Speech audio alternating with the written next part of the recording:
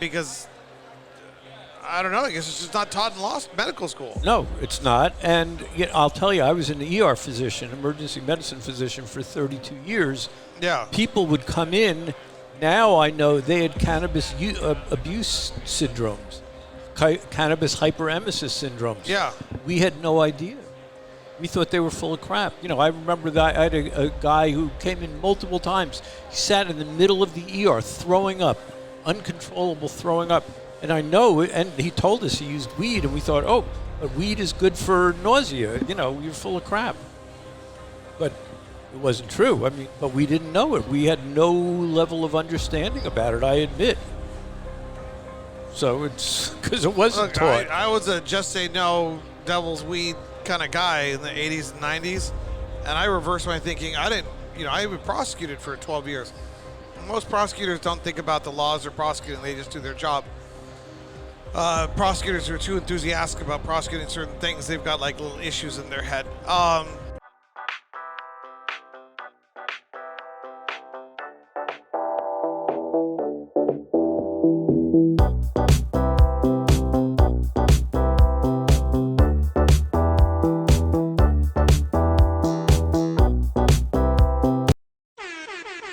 We are back with another episode of Meat Unshackled. We are here at the CWCBE show.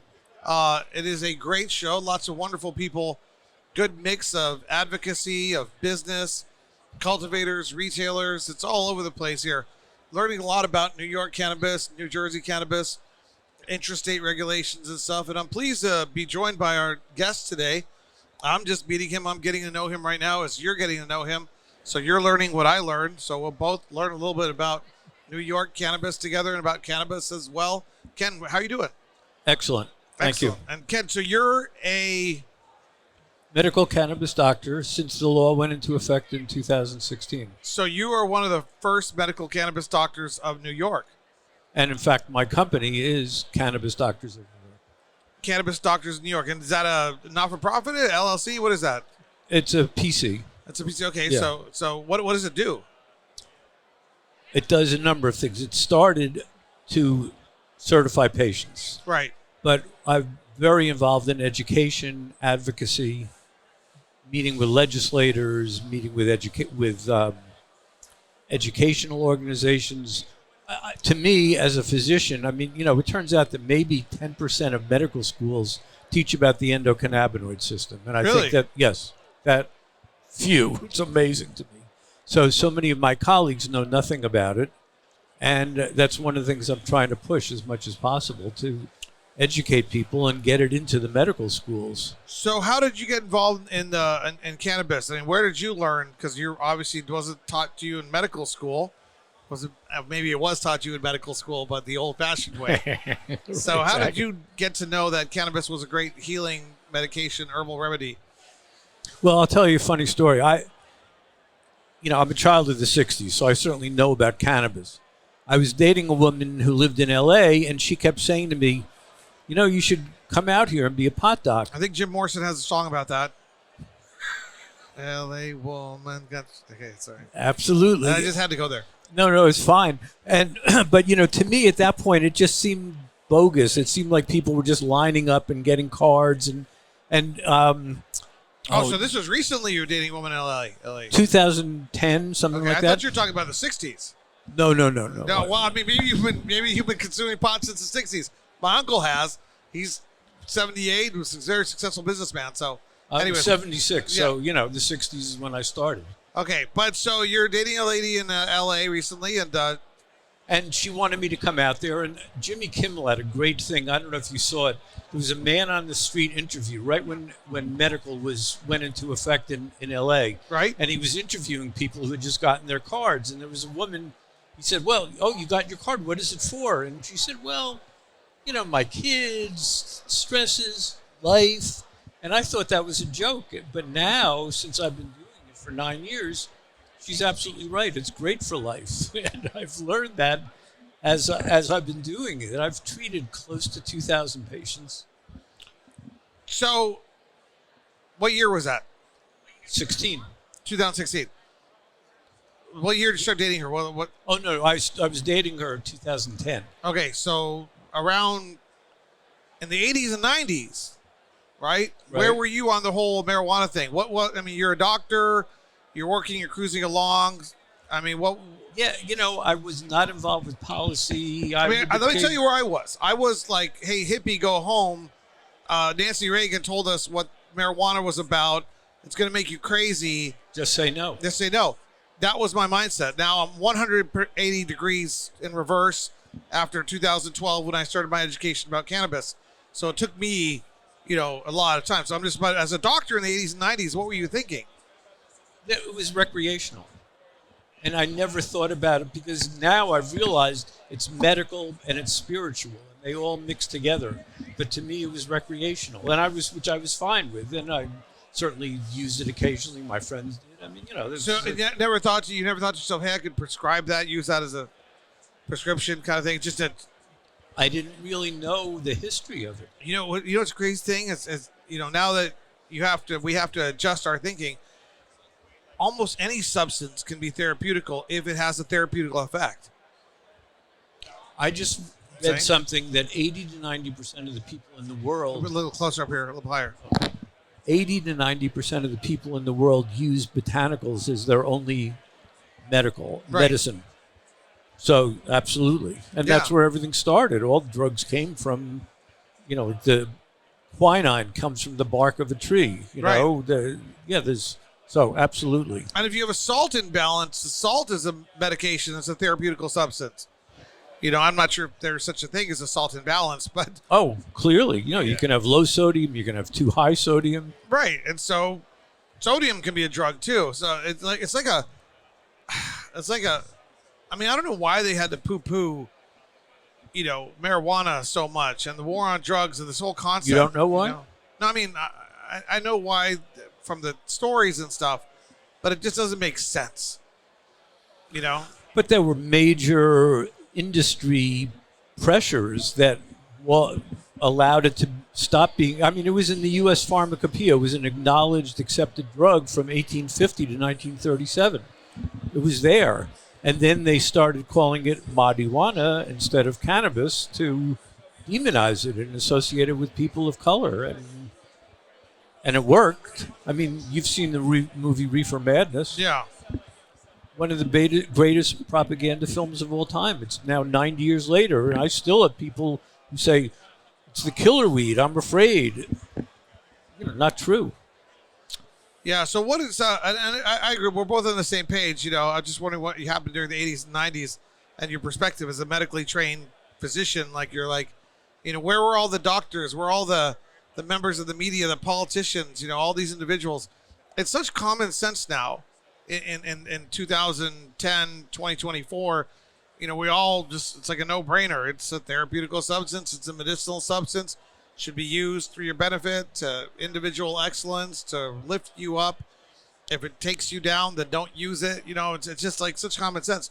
But nobody spoke up, I mean, it's just weird. Like, all these really smart people, think of all these physicians who now look at it and say, well, of course it's a botanical therapeutical substance. Don't abuse it. Use it wisely. It's just like every doctor will say that now. But like, what happened? Well, it's interesting. Yesterday, I met 2 days ago with Ethan Nadelman, who started the Drug Policy Alliance. Ethan's here? No, he's actually in England. But I had lunch with him 2 days ago. In England? No, here. He lives in the city. Oh, he lives here? Yeah. Ethan's an old friend from I love that guy. Oh, that's so funny. Yeah, he's pretty amazing. And he was talking about the fact... Is he here at the show? Is he coming? No. He has a bunch of things in Europe. I saw him 2 days ago.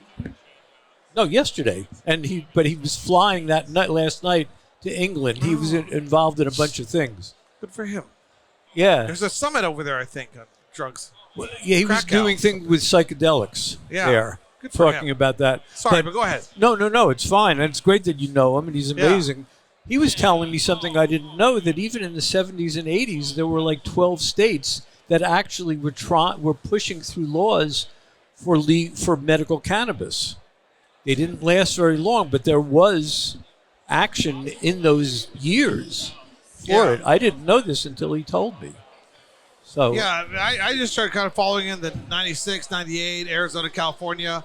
And, it started to make a lot of sense. Then followed it a little bit more. I said, it's great. Why isn't it medical? It's a botanical herbal remedy. There's thousands of them out there. But it just always blows my mind how the Western doctors were so silent on it, because I don't know. I guess it's just not taught in medical school. no, it's not. And I'll tell you, I was an ER physician, emergency medicine physician, for 32 years. Yeah. People would come in. Now I know they had cannabis abuse syndromes, cannabis hyperemesis syndromes. Yeah. We had no idea. We thought they were full of crap. I remember that I had a guy who came in multiple times. He sat in the middle of the ER throwing up, uncontrollable throwing up. And I know, and he told us he used weed, and we thought, oh, but weed is good for nausea. You're full of crap. But it wasn't true. But we didn't know it. We had no level of understanding about it, I admit. So it's because it wasn't taught. I was a just say no, devil's weed kind of guy in the 80s and 90s. And I reversed my thinking. I didn't, I was prosecuted for 12 years. Most prosecutors don't think about the laws they're prosecuting. They just do their job. Prosecutors who are too enthusiastic about prosecuting certain things, they've got like little issues in their head. But then in 2012, when I started studying the cannabis industry, the cannabis plant, the cannabis policy, cannabis, and it opened a whole world of botanical, herbal remedies, natural remedies, alternative remedies. It's a big world, and no disrespect, but you can't just rely on your doctor. No, and you know who Carl Sagan was, right? Yeah. He thinks he owes me money. I'm just kidding. He's dead. It's too I late. I know. I'm just joking. But he believes that because cannabis has so many properties, medicinal, industrial, spiritual, it turned us from hunter-gatherers to an agrarian society, because you had to stay in one place, you had to plant it, you had to cultivate it, you had to grow it. And that's it. We'll never know. Yeah. But I think, to your point, it has so many benefits that it may well have been the thing that got people off the plains, off the steppes, and into communities so they could take advantage of all the benefits of the plant. Yeah, actually, I thank the cannabis plant so much for helping me understand substance use and substance abuse, because it got me to stop drinking for the most part, because I started to reflect on my own substance use, substance abuse, and alcohol, because I was so judgmental about all these cannabis people who were, hippie, go home, stoner, this. I was just so wrong, and I had to come to understand and reflect. And so I love the cannabis industry and the cannabis movement. And ironically, if it wasn't for prohibition, I probably would still be drinking. It's a weird thing, huh? No, but thank God you were open-minded. Yeah. Because so many people are not, obviously. I open-minded? Yeah, I guess I was. Well, you came around. Well, but you know what? It just slapped me in the face over and over again when I met people that were writing dissertations and smoking weed all day long. When I met people that were editing magazines and smoking weed all day long. My uncle, who was a vice president of Bank of America, smoked weed all day long. And I knew he was smoking weed, but I didn't know how he did it. And just so many people from law school came out to me one after the other when my advocacy started and saying, hey, Dimitri, all those people that are popping Adderalls, we were smoking weed. You just didn't know it because we thought you were a conservative fuddy-duddy. And so we left you alone. And you were busy getting drunk and throwing all these parties. That's not cool, But I had a deep dive of all these people saying, Dimitri, for 3 years. And you meet so many employees of the cannabis industry who are consuming responsibly and working, balancing themselves out, relaxing themselves at night. It's no different than one or two drinks of wine when you're relaxing for the night. It's just, that's therapeutical. That's medicinal.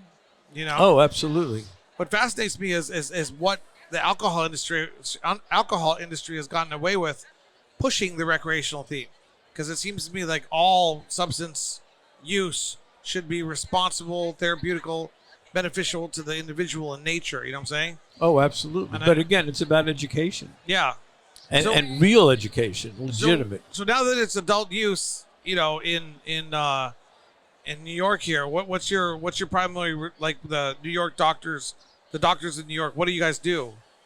Well, unfortunately, in New York, once it went into adult use, the patient population dropped off significantly. Right. Again, because there was a lack of education, and I think a lot of people feel like, why should I pay Dr. Weinberg X amount of money when I can go to an adult use place and talk to a bud tender and treat my pain, my migraines, or whatever.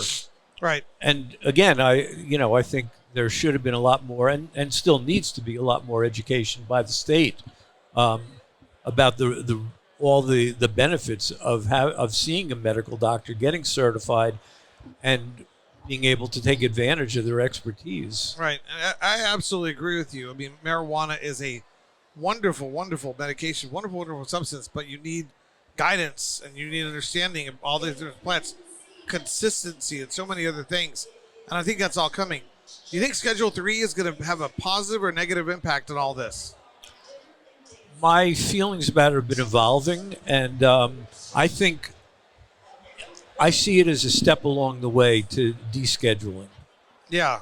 Because I don't know that there's going to be a lot of advantage. I think there are two things.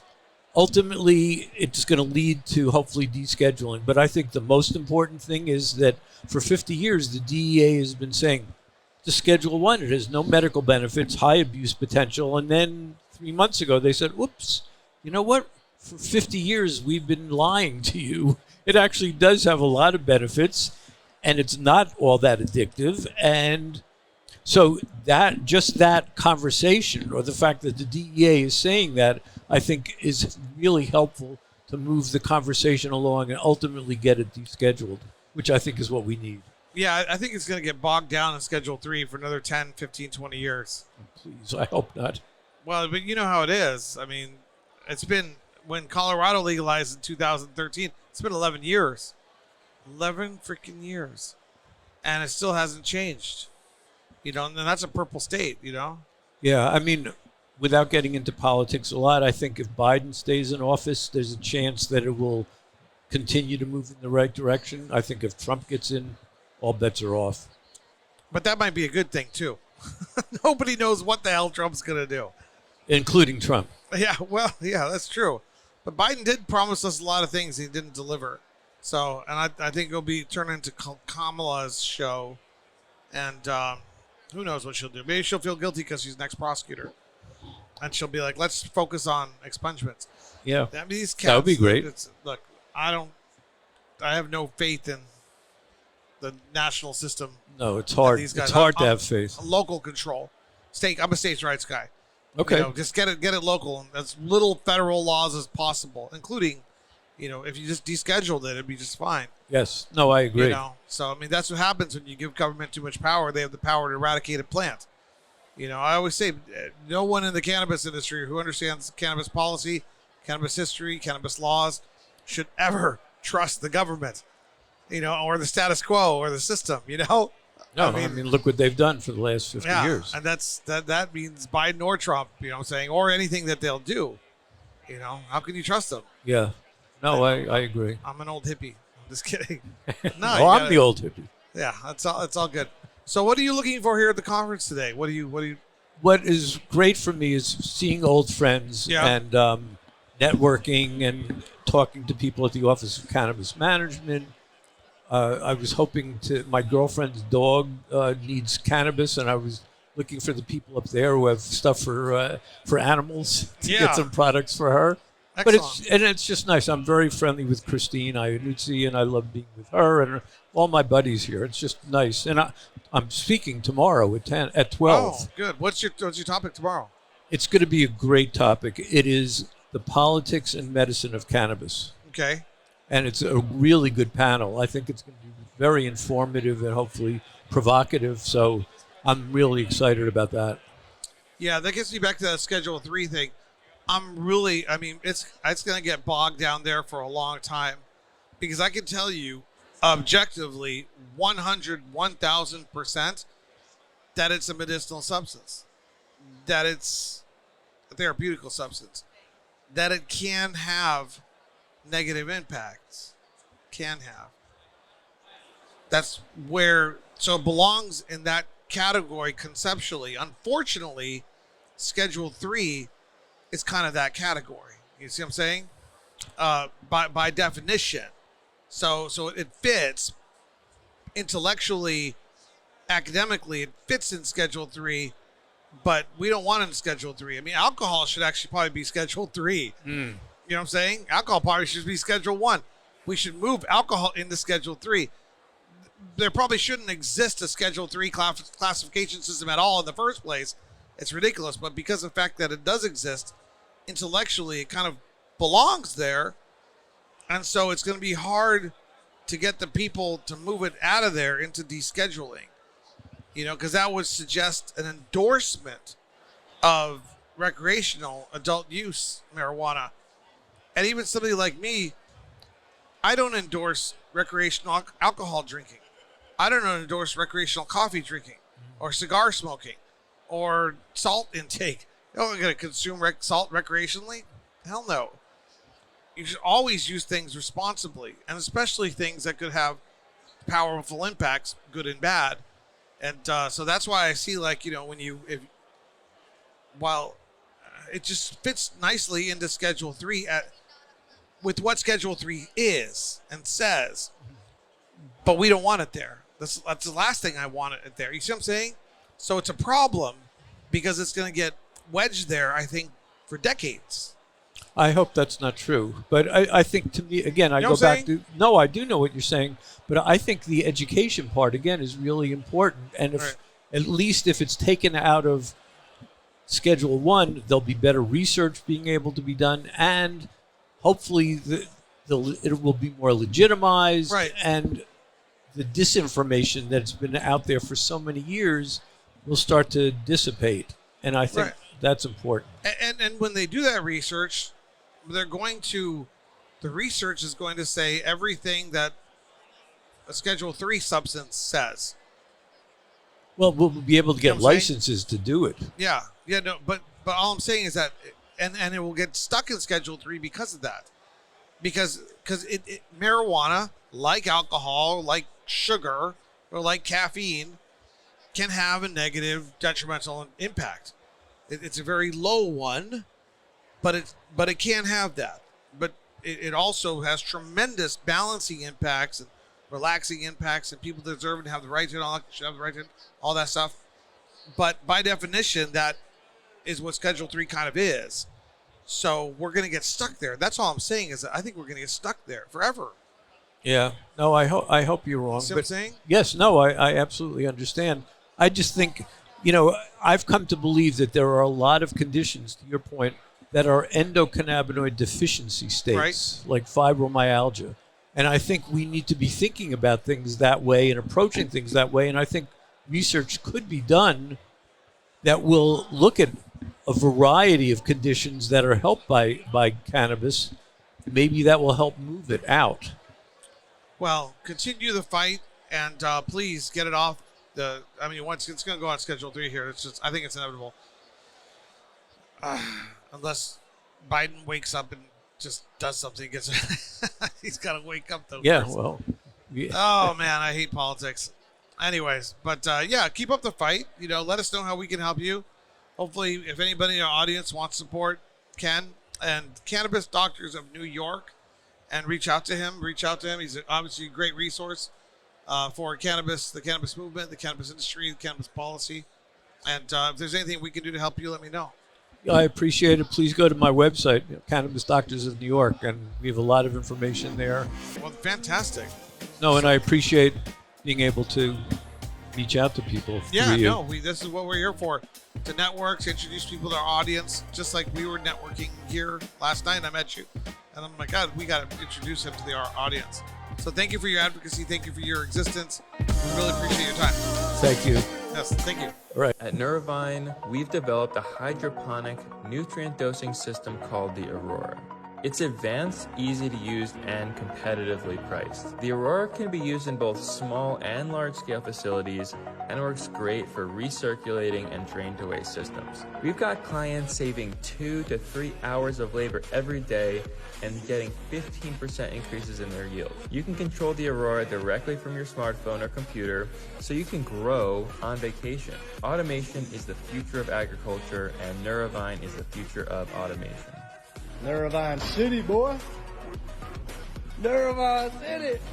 Loving the system, man. Loving the system. Happy customer right here. This is stand-up machine. This is something else. When they're hungry, they eat.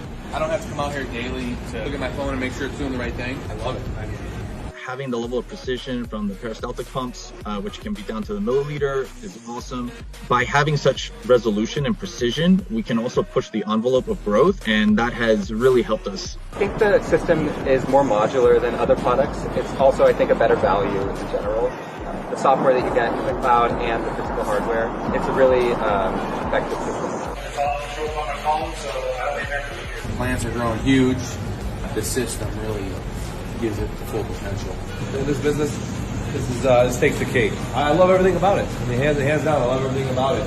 And the results are, above and beyond what I expect. It's a pleasure to be working with you, man. Thank you. Really appreciate absolutely. it. Absolutely. Thanks a lot.